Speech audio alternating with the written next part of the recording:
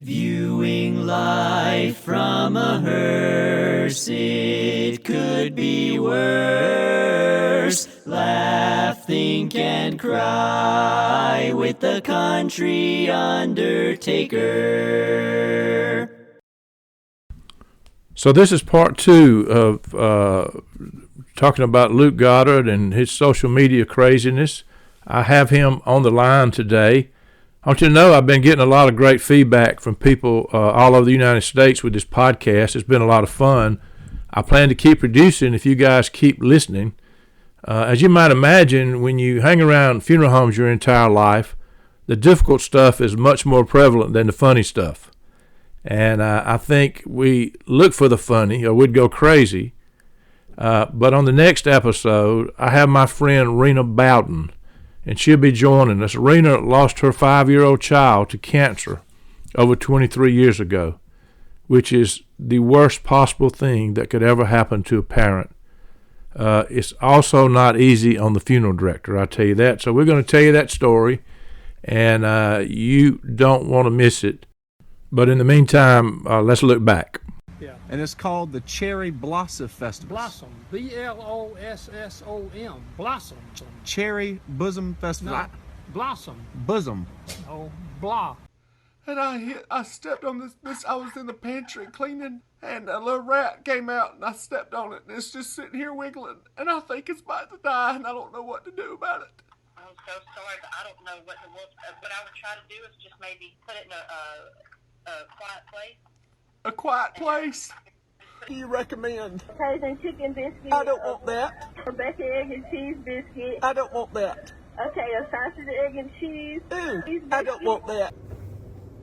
Got a cooler, huh? Yeah, I've been like on the road all week. Just going Oh man, I know those one weeks. hotel here, one hotel there. I can so- relate to that, man. So, Did they say it because they have it called with the cooler saw, they put it like all in the Coleman in? what's Where it's that? like Coleman or something, where it's like same because you put those all where it's like a call with the cooler, where it's like ice usually. What's that? For the cooler on, where it's like usually cars in the king. It's usually if you do like 3 nights on, Yeah. but I don't know if they always do it where it's like regulated. You know what I mean? Like they put like yeah. 3 nights on from the king, and so they always put that in. Nah. Oh yeah. Have a good night, man. Hi, I'm Bernie Sanders, and I'm going to tell you why I've defied all expectations. If there's any indication that America's not the greatest country in the world, we're going to make America great again. That I can tell you. We're going to win at trade. We're going to win at the border. We're going to build a wall so great. Y'all, sometimes you just gotta dance this off. Just dance the news off. Every time I turn the radio, I hear somebody done shoot up something or blow up something else. I just want to listen to some Teddy Pendergrass or Al Green. This world is going to hell. How you doing, Booger Bear? Who are you? My name's Luke. You don't remember me? You used to cut my hair. Honey, I don't never cut hair. Yes, you did, Booger Bear. I don't cut hair. You cut mine. Not me. I am you remember not. you told me to call you Booger Bear every time I saw you. Honey, I am not a beautician. What do you do? I just promise you cut I my am retired. I've never. But before you I know- retired, you cut my hair. Honey, I've never in my life. I've been in the legal profession all my life. You just know somebody that looks like me. Oh my gosh, you could be her twin. Funkmaster Flex, love Bob Star Ski. I'm blowing up like you thought I would. Call the crib, same number, same hood. It's all good. And if you don't know, now you know. Hey! Sir, I'm gonna have to turn the lights out in here, okay? Yes. Excuse me, we're having to save on power, so I'm gonna have to turn the lights out. You have a flashlight in there? Yes.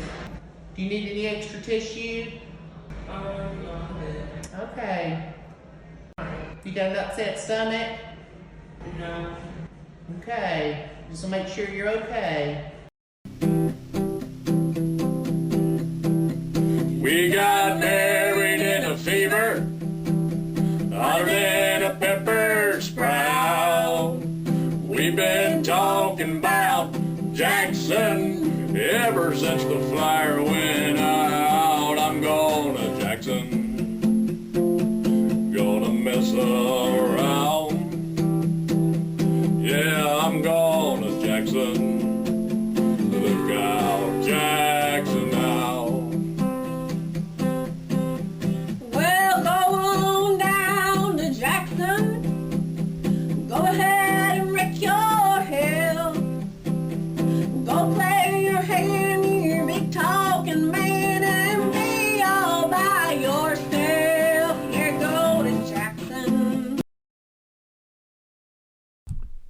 So I used to be known as Bruce Goddard.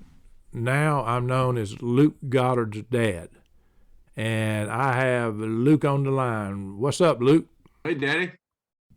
So, Luke, it looks like we had a lot of people listening in to all your crazy antics on the previous episode. And I know people want to know more about you and how in the world you started doing all this stuff and on social media and became funny and mimicking people. I got real memories of you in the early 90s as a 6-year-old kid mimicking Atlanta Braves batters. Yeah, I think that's where it really all started for me. Being able to impersonate people is I growing up in our house, I didn't have much of a choice but to be a Braves fan. It was on every night. During the week, you watched every game and rubbed off on me. And as a kid, you don't really understand what's going on in the game. You don't know the game yet, but you're just watching these people that you're sort of idolizing.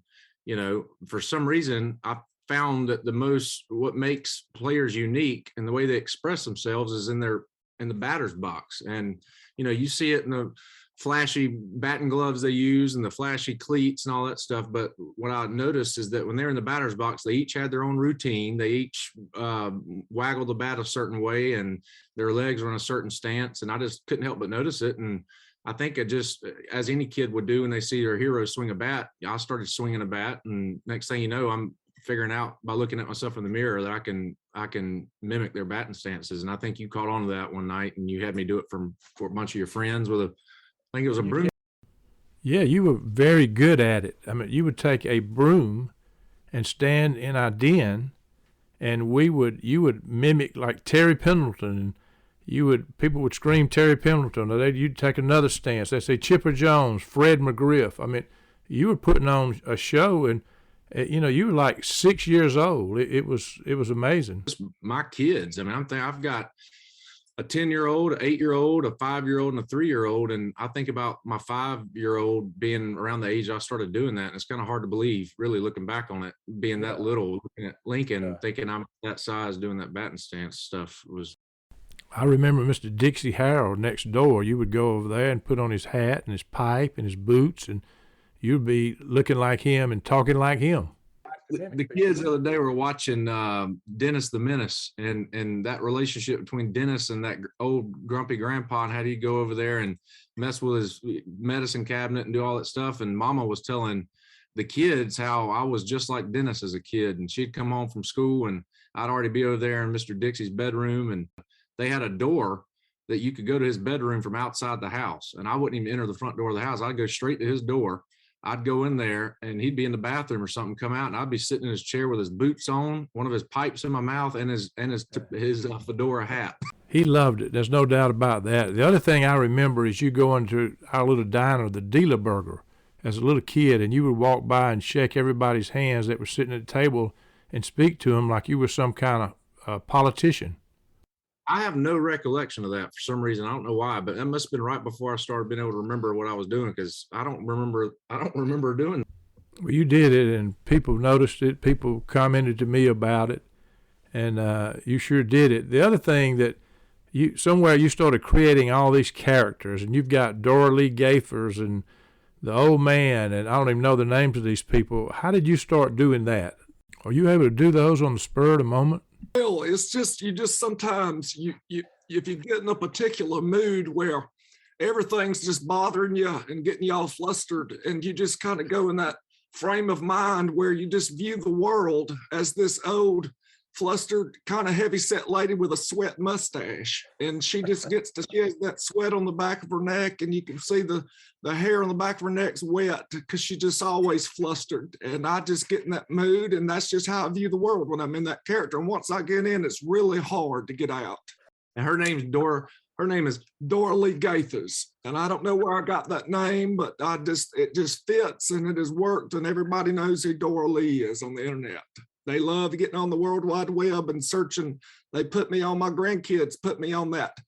They put that phone, up to my face, and they that's what we do in today's age. And I don't agree with it, but everybody's just talking to people on these tablets. and I don't know where it came, where the just old fashioned fellowship went, but it ain't here anymore. And it really is upsetting seeing these children looking at these tablets all day. But they put that tablet in my face and tell me to talk, and all my fans just love to hear Dora Lee.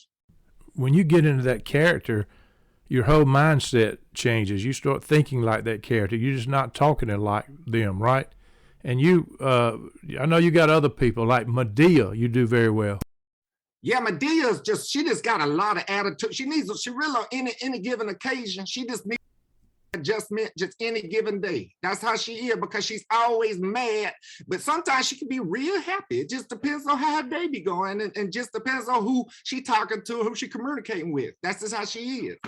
Yeah, that's a character kind of came from growing up where I came from, man. I had our house, as you remember, Jessie May was our live-in second mama for your kids, and she bathed me and put me to bed, fed me, and she was not quite that enunciated, I would say, or exaggerated, but a version of her and just other people I was around as a kid at school and that kind of thing. That character is probably my easiest, and believe it or not, probably my favorite one to do, just because it's so natural. It's more natural than me talking regular, to be honest with you. I mean, I think it just has a lot to do with my upbringing. Well, I got this guy, right? His name's Mr. Stunning. He's very full of himself, and he thinks he's really good with the ladies. And so people, he can be kind of obnoxious, right? I have some friends that their wives, they tell me they roll their eyes, and they don't like to hear the guy because he's real conceited. But the fellas, let me tell you, they love it. All right? They really do. That's Mr. Stunning. He's a New Yorker. How about the politicians like Trump and Obama? Can you do those off the top of your head? Not really. Honestly, I'm awful at doing them on the spur of the moment. I have to, impressions are hard to do. You got to perfect them. And if you're not doing them all the time, it's really hard. But, you can, We're going to make America great again. All right? That I can tell you. We're going to win a trade. We're going to build a wall so great. And you get in that, you can do it every now and then once, but good afternoon, my fellow Americans. Your president, Osama bin Laden, we're coming after you. Certain people you can jump into, but a lot of them are like Chris Rock and all that stuff. I have to kind of practice it, and I'm working on a Morgan Freeman right now. I'm trying to perfect. Yeah, you sent me that today. How about your double talking? How'd you start that? Did you start it by watching Mr. Double Talk? Yeah, Durwood Fincher he is really a legend in my book. A lot of people know about him, and it's funny is a lot of people don't. He's just but he's traveled the world. He's been on major television shows, and but when I tell people about Mr. Double Talk, some of them recognize him, some of them don't. But he's just that guy. I think you showed it to me when I was younger, him interviewing Braves players, and I just was enamored by. Because when you have that where you cause where the mic is, where you put that out in somebody's mouth bars, you got to make sure they have that set. And when they do that, they have to make sure that's cause you never bring them down. It's always going to be something they do, whether you like it or not. I mean, they're going to do it. But have you had it? That's the question, Dad. Have you had that? No. But that's double talk. And so you kind of just say a few words to anchor people, and then you talk gibberish, and then you try to end certain things with a question to catch them off guard. And that's one of my favorites. I do it all day long without even recording. I mean, I'm double talking people. Yeah, you sent me one the other day where you were talking to this lady in gibberish for 5 or 6 minutes. She was answering every question just like she understood every word you were saying. It beat everything I ever saw. I hope her employer sees it, because that is about as good as customer service you can get. That lady talked to me for 10 minutes. I didn't say one word in English the whole time. I don't know how she did it. It was impressive.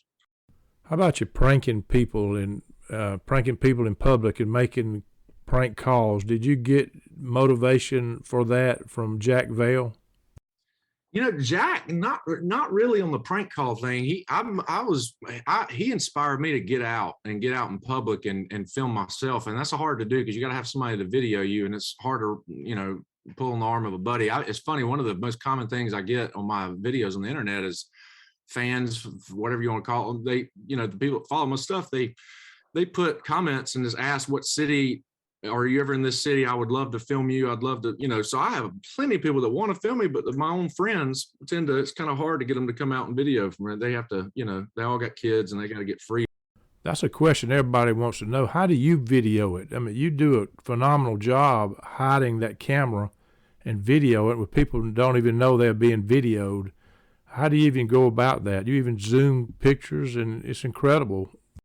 That is a common question. A lot of people think it's glasses, and I do have a pair of glasses with built-in lenses, but I don't use them. I'm fixing to get a new pair, but I use my phone. I got 2 phones, and I have a smaller phone that's hard to see in my hand, and I just a lot of times I just lazily hold it. I'll prop my elbow on my knee if I'm driving and pull up somebody. I'm just lazily hold it in my hand. And as long as I get them on the frame of the camera, I can, and when I edit it, I can straighten it up and zoom in on them if I need to and that kind of thing. But it really is kind of an art form, how sneaky I am with that thing. It's amazing. It really is. What you do with the camera and all the carrying on you're doing, and nobody even knows you have the camera with you, is crazy. So the other question I know people want to know is, do you get people to get upset with you when you prank them or you video on them? And and I'm not exaggerating when I say this, of all the videos, and I've done hundreds and hundreds of videos online, I've only had one time, and the person wasn't upset. I was in Macon, my hometown, so it's kind of hard to do things around Macon now.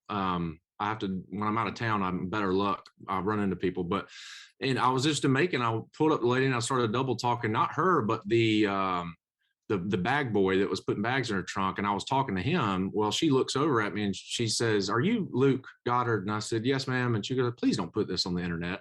And so she didn't want to be filmed because it was the middle of the day and I think she didn't have her makeup on and that kind of thing. So I did post the video. I just blurred her face out because I thought the reaction between me and the other guy was great. And that guy's a favorite of mine. He's a real funny character at the Publix in Macon, and I just like talking to him. So I kept the video up, but I blurred her face out of respect for her. But that's the only time I've ever had anybody do that. Most people, I tell them too after I do it. Halftime I show them the video sometimes, or tell them about my TikTok or Instagram account, and they're happy to be a part of it. I mean, I don't ever deal with anybody getting upset, but I try not to also do provoking stuff that would make people get angry. It's all usually just in fun and that kind of thing. Today I did a new I don't want that video, and I haven't posted it yet, but it's one of my favorites because it was a fella, and I didn't realize he had a lens on the mic on the intercom. And so I'm sitting there talking like Dora Lee, wearing my sunglasses and looking like I do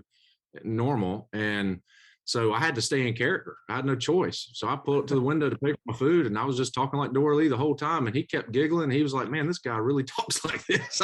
And at the very end, I said, "I appreciate the food, man." He went, "Golly." He was like, I was like, "What in the world is this man talking like this for?" so I know another question people want to know about you is what you do for a living. Obviously, you've got a day job. I know some people wonder, do you just play around and be funny all the day? I know that's not true. So why don't you talk a little bit about what you do to provide for your family? Yeah, so I work in the restoration industry. After someone has a traumatic event in the form of a house fire or a flood or a lot of mold damage or whatever in their house, our company goes in and packs out the textiles, anything made of fabric and the electronics, and we restore them, and the insurance company pays us, and we take it back to their home and put it back in their home like the disaster never happened. And I've been with them this will be my 11th year with them. So yeah, we cover 5.5 states basically, and I'm their vice president of sales and operations. I'll report to the owners, but it's a great company, great people, and I've enjoyed it. Do they mind you doing all the crazy stuff and cutting up that you do? When I first took the job, my owners, he had a birthday about 2 or 3 months into my job, and they didn't even know me at the time, and hardly. And I called him and left him a voicemail as I was like, "Hey, Brian, how you doing, baby? This is Lakeisha." And I just left him a voicemail like that, talking for about 3 minutes. And he said he was in tears. He had no idea that he had an employee that could do stuff like that. And so I think from the get-go, they kind of knew my personality, and they've been very supportive. I mean, to the point that they've encouraged me to pursue commercial opportunities come my way and stuff. They've been very, very supportive in the whole process. And, I obviously appreciate that. Well, I'm sure it has not hurt their business, and people like to laugh, so that's good. Yeah, so where did the I don't want that thing start? I know that put you on the map pretty quick.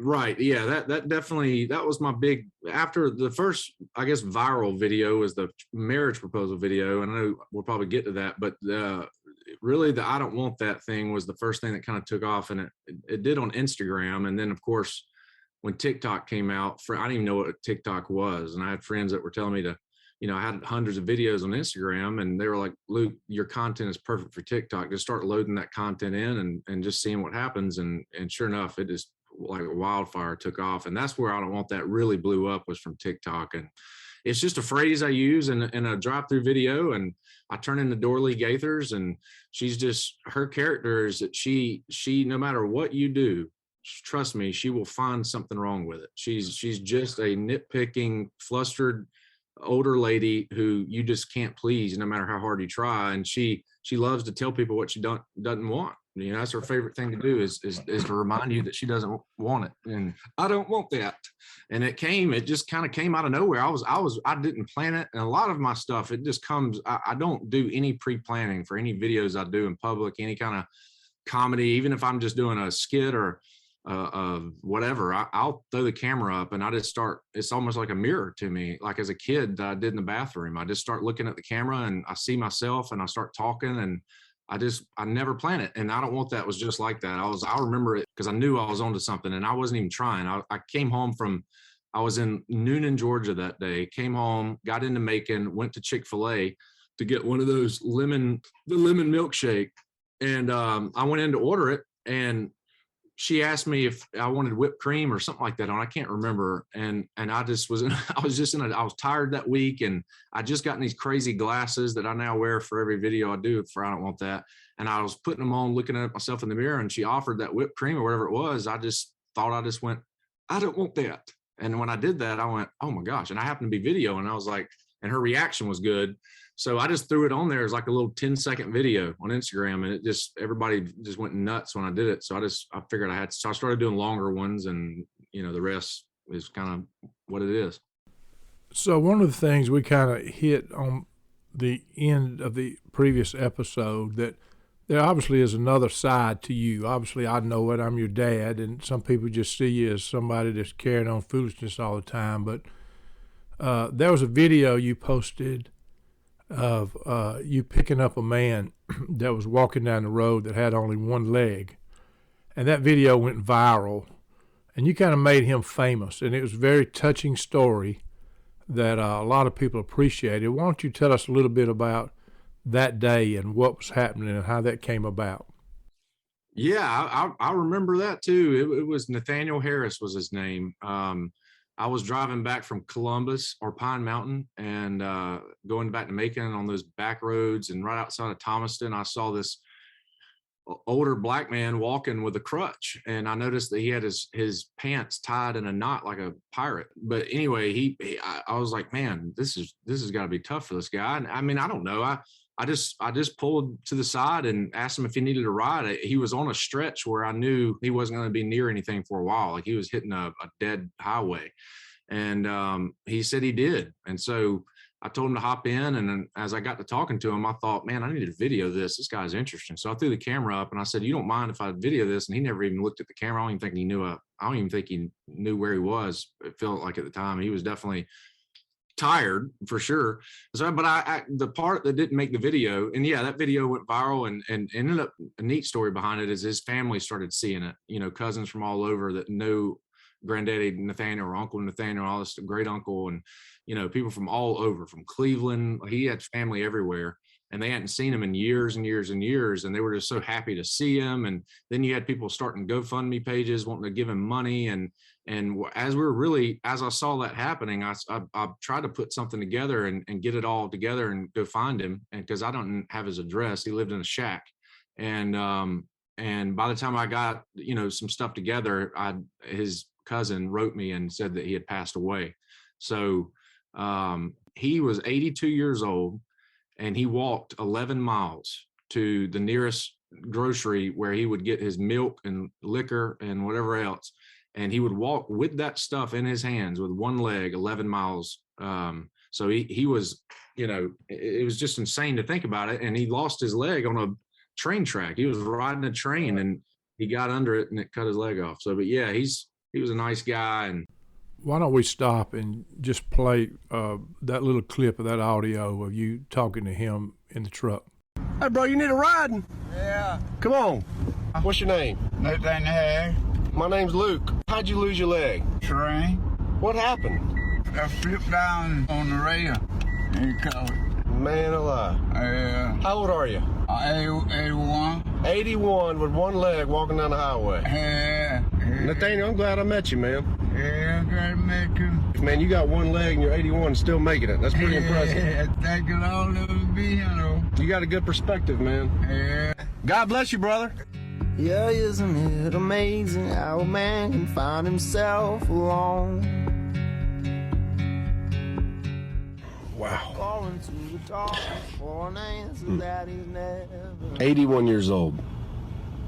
Walking down the highway with one leg. Yeah, man. How bad do you got it today? I don't have it that bad. One thing's for sure, life is can be very difficult. It can be very difficult for people. It can be very, very difficult for us.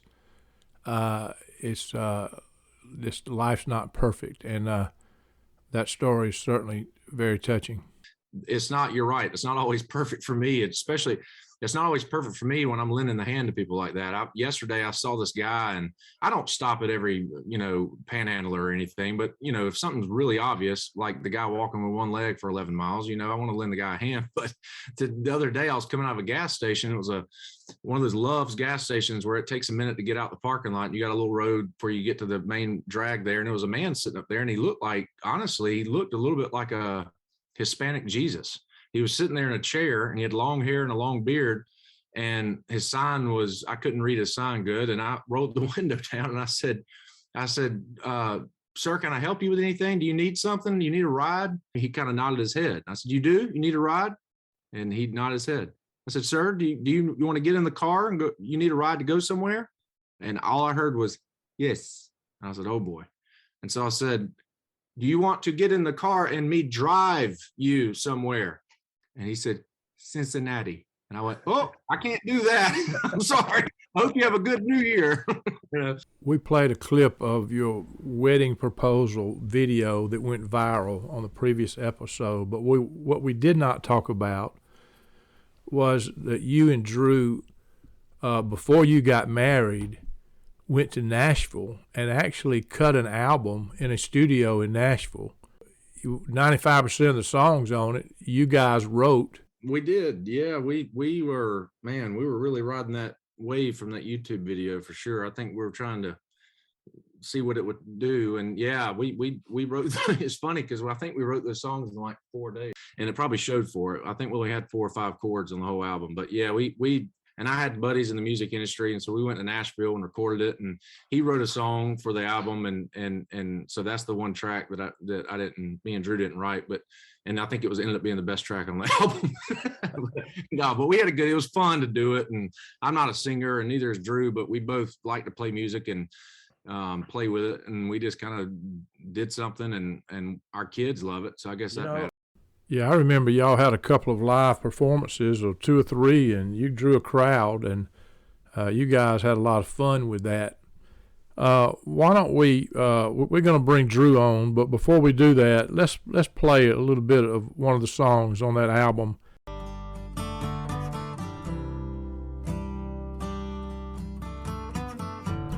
I don't need a perfect wife, and you don't need a perfect man. We'll walk tall through this troubled world and make our love stand. And when things get tough, I'll hold you. And when things get rough, you'll hold me too.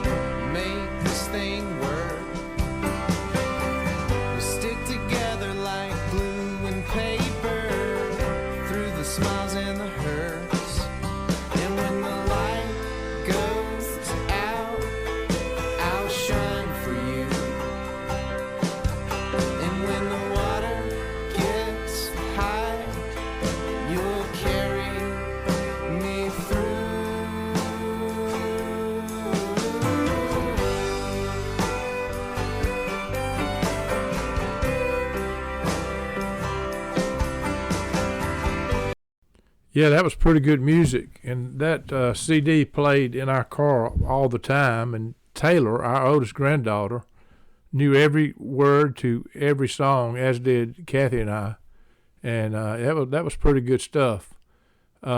Drew, how in the world did Luke talk you into going to Nashville and make an album? That had to be out of your comfort zone a little bit.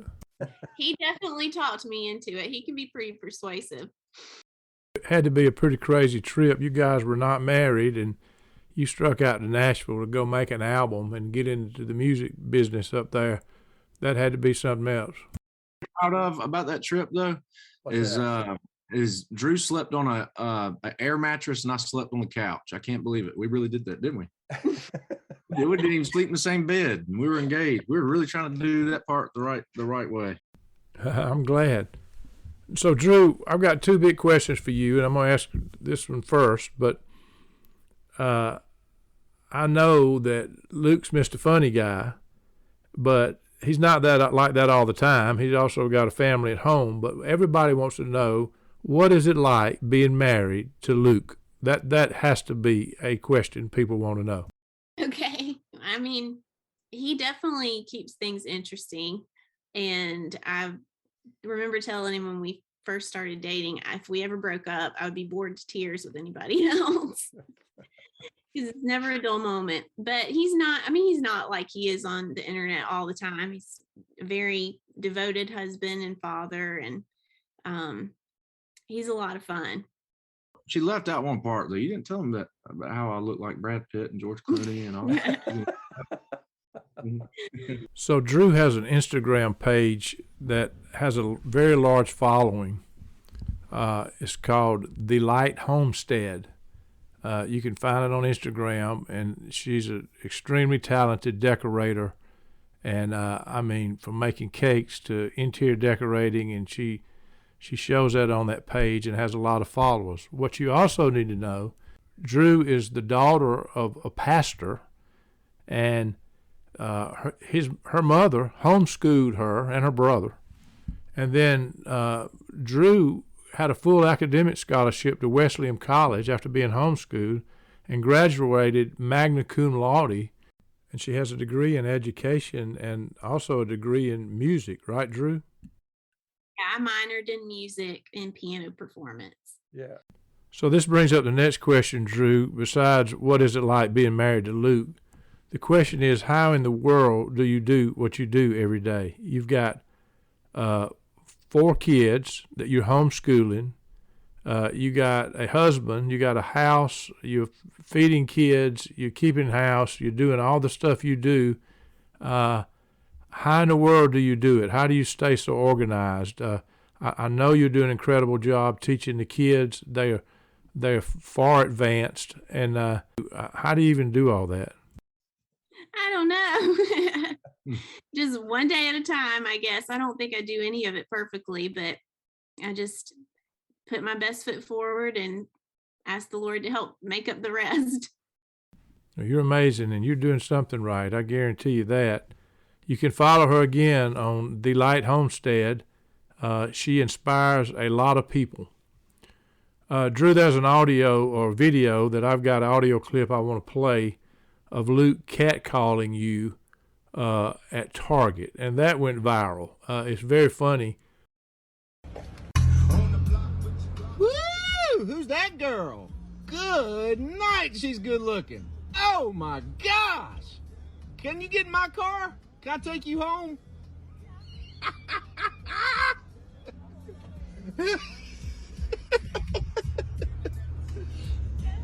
Come on, Mama. Come get in my car. You were so embarrassed. Woo-wee. Oh, man. I ain't buying all that, though. You buying that. You already did. Oh, I did? So, Drew, how did you handle that? Did you hit him over the head or what? I know I've seen you in some of the videos looking down and looking the other way while he's talking to somebody through the intercom, but I would love to know how that went after that video went viral. Everybody was looking at you in that parking lot, that's for sure. Yes. For every ounce of gumption that Luke has, I have the same amount of shyness. So like it's a perfect balance. But yeah, I was very embarrassed. And I was also laughing, but I wanted everyone to like not to know that was really my husband. It wasn't some random. Well, and she ended up person. getting in the car with me. I bet they were hoping that was your husband. Yeah, it's funny. I don't even own the rights to that video anymore. Somebody picked it up and they've sold it to a million different people since then. But so I think the second time I started doing that to Drew, I think she started catching on. I think she felt like I was pimping her out a little bit for money. So guys, I know your faith is very important to both of you. And I would really like you to talk about that a little bit. I know you're very active in your church. Your life centers around your love for God and your faith. And I know people would like to hear about that. Yeah. I mean, for me, my faith is my whole life. It's affects everything that I do and my choices with how we raise our kids and the things that we teach them. And so I feel really blessed to be able to stay home with them and to homeschool them and be able to kind of guide their hearts towards the Lord every day. And Luke, I know your faith is a huge part of who you are. You certainly don't back down from your expression of your faith. It is important to me. I mean, to me, it started at a very young age, growing up in the house that you and Mama put there. And, Jessie May was a big part of that. I mean, when it thundered, Miss Jessie May would tell us all to sit down and be quiet because it was the Lord speaking to us. And so at a young age, I just kind of had that. And so, I mean, I've carried that with me my whole life. I mean, I get a stomach ache, I pray about it. It's just the natural thing. And I think it just came from my upbringing. But yeah, it's important. And as I tell you, it's something, being Drew's husband, watching her do what she does every day with those kids is amazing. I mean, they truly, you just don't see kids at that age taking that kind of stuff as seriously as they do. And as well mannered as they are and well spoken as they are, it all comes from Drew's training. There's no question about it. And I'm very thankful that we're able to do that. Not everybody is, and I'm very grateful for that. You mentioned your kids. Why don't you talk about them a minute? Yeah, they're Drew's. It's funny because I think we both have almost slightly different takes on them, but a lot of similar stuff. But we see ourselves in each of them, which has been the most thrilling part of being a dad for me, is just seeing something here and there that I see Drew all over. Certain smiles Hines will do, I just see his mama, and Lennox, her little quirks that she has is just 100% takes after me. And you just see a little bit in all of them. It's really neat. Yeah, we have Lennox is 10. Yeah. And she's our little ballerina. And she's really into dance and art. And then Hines is 8. And he's like my little builder. He likes to be ingenuitive. He's the brains. He's smarter than me 100%. And he's 8. So yeah, he's very, very smart. And he likes to build and design. And then Lincoln's 5. And he loves his Nintendo Switch. I won't let him be on YouTube, but that's his dream, is to be a gamer YouTuber. And then Naya's 3, and she is our little Spitfire firecracker. We heard Naya the other day. She had her mama's phone or maybe a play phone, and we heard her on the other end of the house. She said, "Hey guys, this is Naya May. Please like, follow, and subscribe, and keep up with me on my YouTube channel." I'm like, "What is going on? What is she doing up there?" So Drew's very protective on making that a thing right now. We're trying to avoid that as long as we can, I think, right? Yes. Yeah, Hines is also into baseball, obviously. And I got a little audio clip that you can see kind of a daddy screaming for his little boy at a baseball game.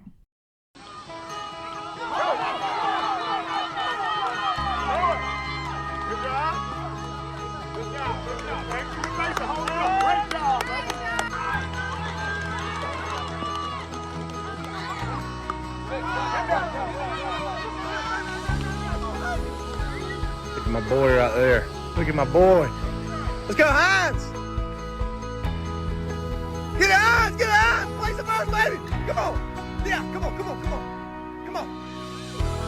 Yeah! Get on, baby, on! Come on! Run on lines! Run on lines! Yeah! Yeah!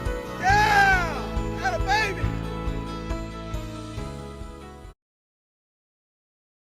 So, Drew, what's the best part of being married to Luke? I would say that my favorite thing about Luke is that what you see is what you get with Luke. He's never fake. He's never like, you just always know how he feels about things and where he stands with things. And there's no guesswork. He's not complicated. He's just, what you see is what you get. And I've come to really appreciate that. Okay, Luke, what about Drew? Man, I can't even, it's hard to put it in words. She's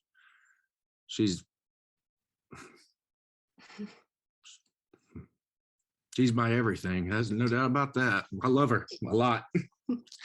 She makes, I have a real soft spot in my heart for Drew. She balances me out, keeps me sane. And, you know, I'm a little crazy. I know that but that can, sometimes you can be crazy and one moment happy and one moment sad. She's just a big balancing act for me. She's everything. She's no doubt about it. I'm very blessed.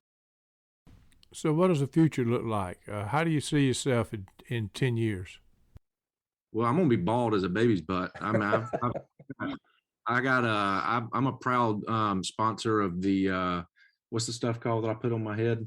I ain't ashamed of it at all. It gave me a whole new level of confidence. I don't know if I needed it, but I was introduced to this kind of head powder stuff, and I powder it on my bald spot, and I go out about my day, man. So in 10 years, I'll be much more balder. I think I'll be white-headed like you and my brother, and I will most certainly have a beard to offset that bald head that I'm probably going to have. So I think I got it from Uncle George, unfortunately. How about you, Drew?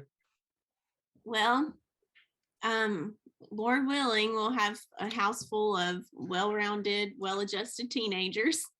Gosh. I hope. And Lennox will be 20 in 10 years. I know. Yep.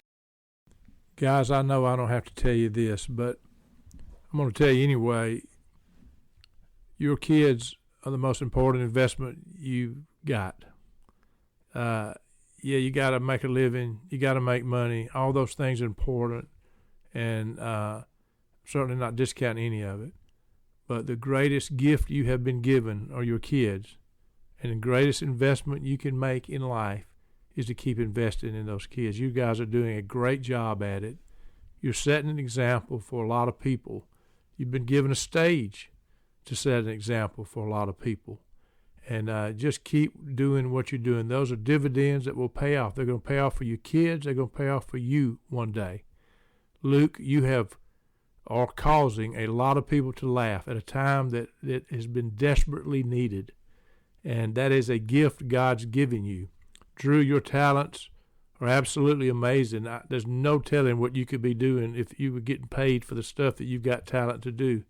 But you're still doing the most important stuff in raising your kids. And I just tell you, I'm proud of you. I love y'all very much. There's a video Luke posted a few months ago, and it got my attention. Luke's in the kitchen. He's holding a butter knife or something, and he's singing to Drew, and he's trying to get her to dance. She's decorating a cake, and she stops every now and then, dances with him. You could tell that's not what she wants to be doing, but it just kind of sums up your relationship. And I thought it's kind of neat. Thank you for having us on. Thank you. Someday, when I'm awfully low, when the world is cold, I will feel a glow just thinking of you and the way you look tonight.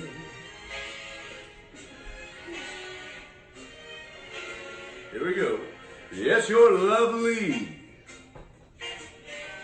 with your smile so warm and your cheeks so soft. There is nothing for me but to love you. Viewing live.